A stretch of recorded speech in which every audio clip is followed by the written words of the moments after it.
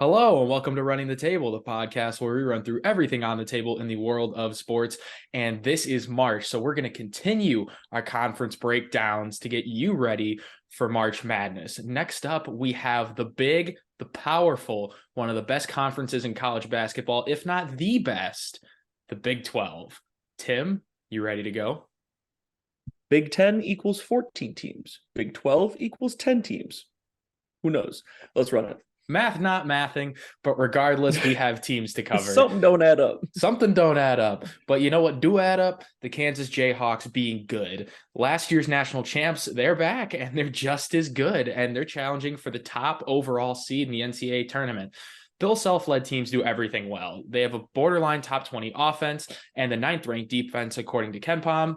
And what makes it so impressive is the ability to keep winning and keep consistent and stay atop a conference such as the Big 12, who has been so tough, runs so deep. For example, in the strength of schedule, 7 of the 8 toughest schedules fall within the Big 12, which is nuts. And then the players, Jalen Wilson, he's a stud from last year's team, doing the things he does. He's their leading scorer. But Grady Dick, the freshman, is such a menace on the court. He's so good, and he's been so huge for Kansas with everything he's been able to do. I mean, like you said, the Jayhawks are looking to go back-to-back, and they are putting up quite a resume to be considered one of the best teams in college basketball once again. I personally would consider, if not the top, they're certainly top 2, I would say, in having the best set of guards in college basketball with some of the experience they have with guys that, I mean, Jalen Wilson's technically considered a forward, but bringing back guys like DeJuan Harris, bringing in Kevin McCullough Jr. as a transfer, and then, of course, bringing in Grady Dick as a freshman. They have retooled this roster, and they are just an absolutely mean team. One of their slight downfalls at times can be that they can be a little too reliant on Jalen Wilson and Grady Dick for their scoring. So if they have some off games through those guys, they can struggle a bit. But I mean, their record speaks for itself in one of the toughest conferences in all of college basketball. They are truly a powerhouse. Yeah, the great teams don't rebuild, they reload, and Kansas has done that. But now we're going to take a trip across the state to Kansas State, who is sitting pretty right up there at the top of the Big 12. After 19 seasons as an assistant at Baylor, Jerome Tang has come to Kansas State and revolutionized Wildcat basketball. Kansas State started off red hot. They started 15-1. Hey, Tim, you want to take a whack at who their only loss was? Oh, I don't know, maybe one of the better teams in college basketball or something. Yeah, totally. The Butler Bulldogs. Let's go. Don't sleep on the dogs. It's a fun stat to look back on. Hey, we got K-State on the resume. Let's go. But quad Kansas 1 State, win. That is a quad 1 win. That and Xavier, those are our quad 1 wins. But let's talk more about Kansas State. They also have some impressive wins on the resume, featuring a sweep of Baylor. Also, they have one of the best stories in college basketball this year, Keontae Johnson. He has emerged as their best player, and from where he was at Florida, potentially never playing another game of college basketball, to being the best team and spearheading this Kansas State run, it's absolutely special to watch. Yeah, like you said, Keontae Johnson, he's absolutely the best feel-good story in college basketball this year. And not only has it been cool for him to come back and play, but he's been playing at a really high level. I mean, averaging just just above 17.5 points per game. He is really the offensive leader of this team. And that's one of the things that they need even more of, because their defense is very solid and 13th in the country in defensive efficiency. And they could really use more out of that offense. But overall, they've been a great story this year, and they have been playing pretty good basketball, except for the little rough patch they hit in late January and early February. The next team we have is the Baylor Bears, and they're still here too, but it's a little bit different. Instead of that defense that Baylor's known for, they have the lightning fast offense that pulls the 3 ball. They shoot more threes than anybody else in the Big 12, and they rack up points like crazy. They're second in KenPom in adjusted offensive efficiency. Their offense is led by another exciting freshman here in the Big 12 in Keontae George, but they also still have Adam Flagler and LJ Cryer bringing great experience right behind them. The thing about Baylor is they tend to find themselves in a lot of shootouts. They give up the second most points in the Big 12. Their defense is kind of bend, but not break. But considering it has bent, but not broken, they've been fine more often than not. Yeah, I mean, they have been playing very good basketball. I mean, you see 22 and 8 They have been playing quite well. They of course have the return. I believe it was in late January, of my favorite name in all of college basketball, Jonathan Jonathan Chamwa Chumwin Chachua. Chachua. Yes, I love that guy. That's an awesome. And he's You know, been Tim, giving them a spark. I don't even think that's the best name on Baylor. I mean, they do have some great names on Baylor for Dude, sure. the best name on Baylor is by far Flo Thamba. Yeah, Flo Thamba is another one that we talked about last year as well. But the return of Chamo Chachua has actually given the Bears quite a spark in this last month. He's returning off of that bad knee injury that he got in February of last year. And he brings even more experience to some of those guys that were returning from some of those successful Baylor teams. And like you said, very weird for Baylor to be sort of flipping the script of like having that really good offense and rather middle of the pack defense. But it has worked out relatively well for them, except for one of the things that does fall short of their offense is turnovers. They average just over 12 turnovers per game. And when your defense isn't that great, they really can't do as much of a job of making up for some of those turnovers. So that's where they can get themselves in a little bit of trouble. Then we're going to go across the state of Texas and look at the Longhorns. Texas is a really overall balanced team. It's a good blend of offense and defense. KenPom has them in the top 25 in both adjusted offense and adjusted defense. Their combination on offense of the efficiency and that up-paced tempo translates to the highest scoring offense in the conference by points per game. They average around 79, 80 points per game. And they also commit the least amount of turnovers in the conference. So it's just all good things offensively for a really solid Longhorn squad. Yeah, no, and Texas has been quite a story this year. They've had one of the most unique seasons out of everyone in college basketball, losing Chris Beard at the beginning of January. Yeah, that Chris Beard situation was something while else. being, I mean, they lose a very, very good head coach, a highly regarded head coach, while being one of the top teams in the Big 12, but they've been able to bounce back and keep the ship afloat under interim head coach Rodney Terry, who's done a great job, and he's made a pretty strong case for deserving this job full-time going forward. But being led offensively by Marcus Carr, who we're finally starting to see more of the flashes of the high-scoring guy that he was at Minnesota before he transferred. And they've got a lot of the returning pieces around him that have made that offense a lot, in my opinion, more potent than it was last year. And that's what's really kind of taken them that step up. But like you said, very balanced offensively and defensively that has boded well for them throughout the season. Yeah, we can see how powerful the Big 12 is. And another victim of the mighty conference slate has been TCU. Yeah. They lost 6 of 8 from mid-January to mid-February, and that really hurts them. However, they've won a few games, beat a few ranked teams here and there. They've gotten back going, and they have some good momentum going into Kansas City. This team relies more so on defense and rebounding with Emmanuel Miller and Big Eddie Lampkin in the middle.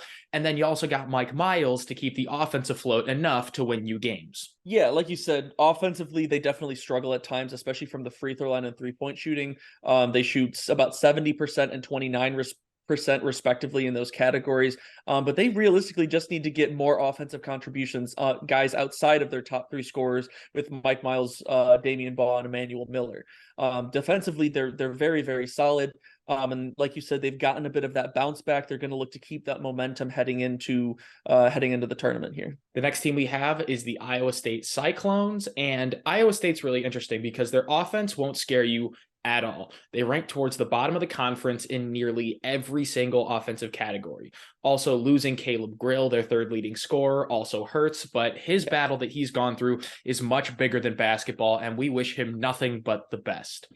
But a good way to neutralize some of these powerful offenses is by having a top 10 defense in the country per KenPom adjusted defensive efficiency. They're sitting at 8th. However, the one thing that's alarming about Iowa State, they don't shoot free throws well at all.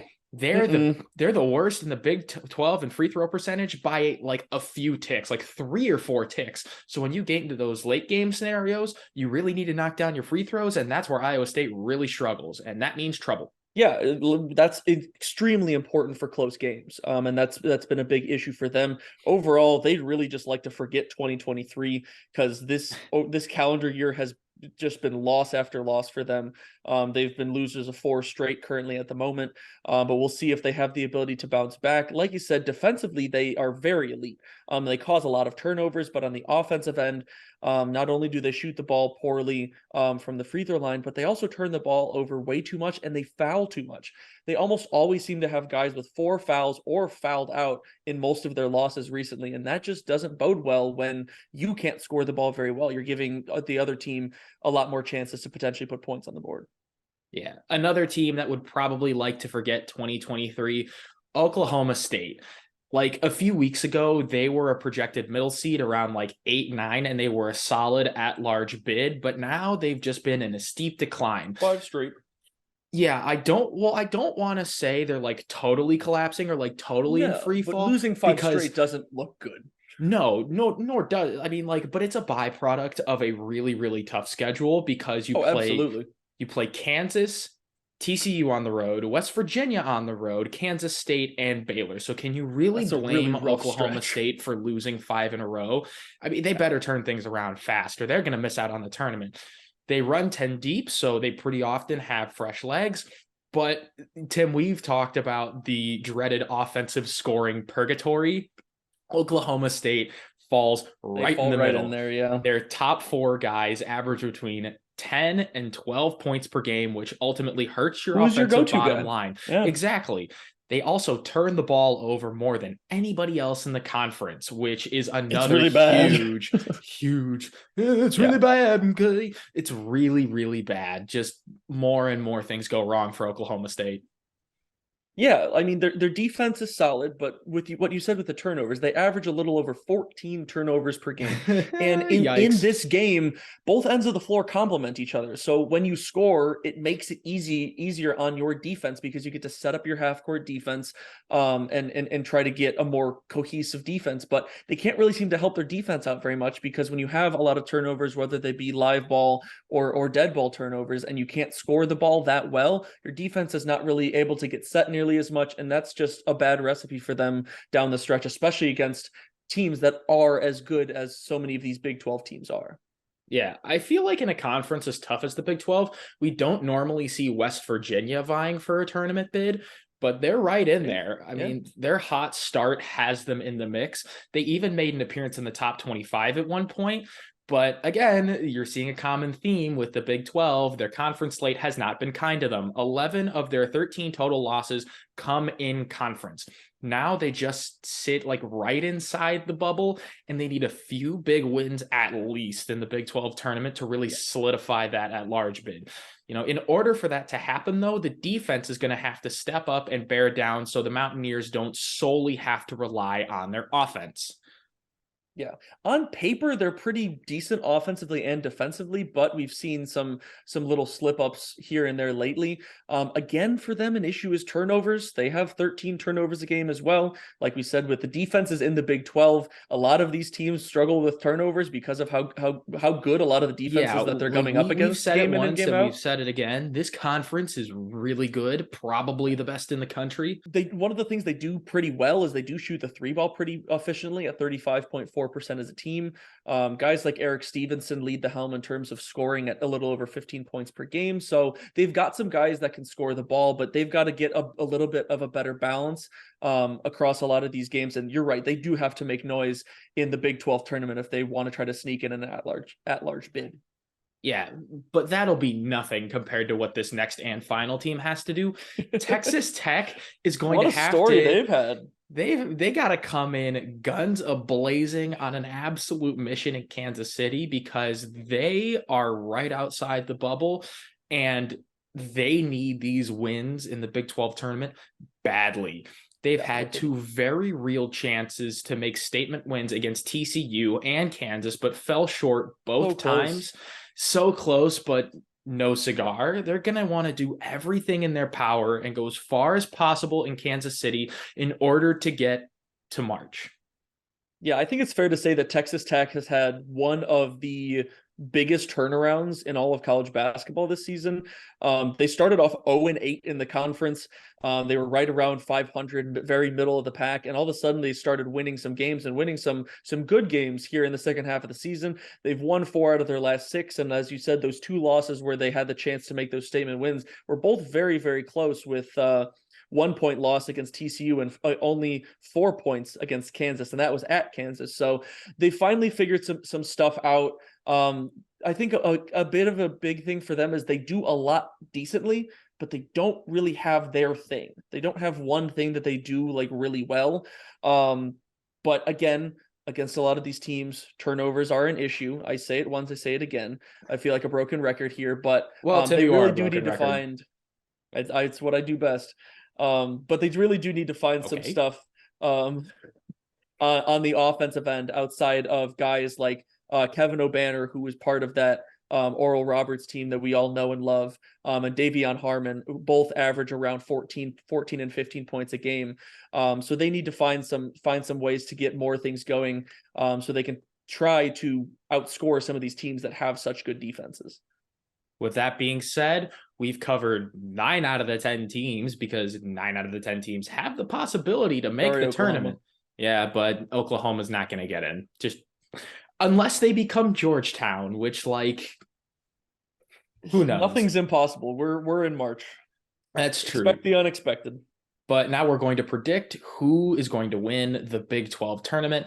I think what you've seen with a lot of these in-conference games is the really good teams and the just okay teams really start to separate themselves. You can tell Absolutely. who the clear top dogs are, and you can tell where everybody else is just kind of left in the shuffle. But Tim, who do you have?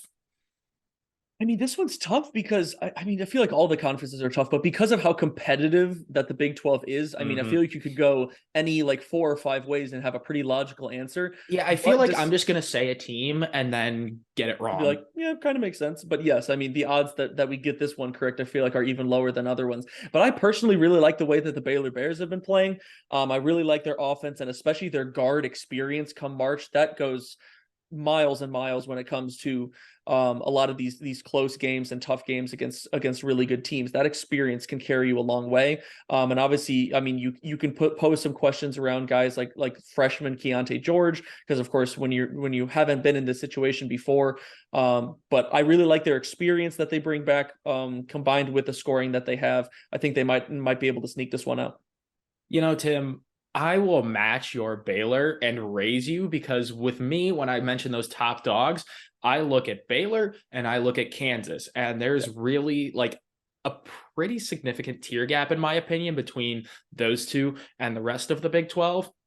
So when I look at those two teams, I mentioned Baylor's bend but not break defense. I think Kansas is going to see that, and I think they're going to take advantage of the big moments and snap it in half. Snap it in half. I don't. We're gonna bend and break you. Yeah, I don't trust Baylor's defense enough in the big moments. So, and no, I get that. You talk about experience, guard play. Kansas has both of those Kansas things. has all of that, yeah. And if not a little bit more. So I mean, it's a competitive tournament, but you're taking the favorites. But I'm going to take Kansas. Yeah, but like looking at that matchup specifically, say that like those two end up in the Big 12 championship game, it's really interesting to see the similarities between the two in terms of, obviously Kansas's defense has performed quite better than Baylor, but you've got both teams that have returning like big experience in terms of like top 2 or 3 guys that have had a lot of experience these last couple of years, and you both have a really high performing freshman in Grady Dick and Keontae George. So it'll be interesting to see how those things battle out if they do meet in this Big 12 tournament, which I think they very well might. You know, Tim, for goofs and gaffs, for a second there, I was considering picking Oklahoma and just saying screw everything we thought we knew. But like, hey, Oklahoma has played some of these teams very tough. Their record may not speak for it, but they have actually played some of these teams tough. Well, we'll see once they get to Kansas City, but that's all we got for the Big 12 conference breakdown, a very competitive, very tough conference that nobody really knows what's going to happen. But if you want more from us, we will be breaking down the other conferences in college basketball. We have so much more stuff. College basketball, NBA, NFL, and so much more. But like and subscribe for more from us. And until next time, we out. Drinking caffeine before this maybe wasn't the smartest idea because I'm like kind of bouncing off the walls right now. But Celsius, I like your product. Jonathan Shamwachachwa. I'm trying to get us sponsorships, Tim. Screw your ad read. It's not even an ad read. We're not sponsored by Celsius, but I like their product, so please sponsor us.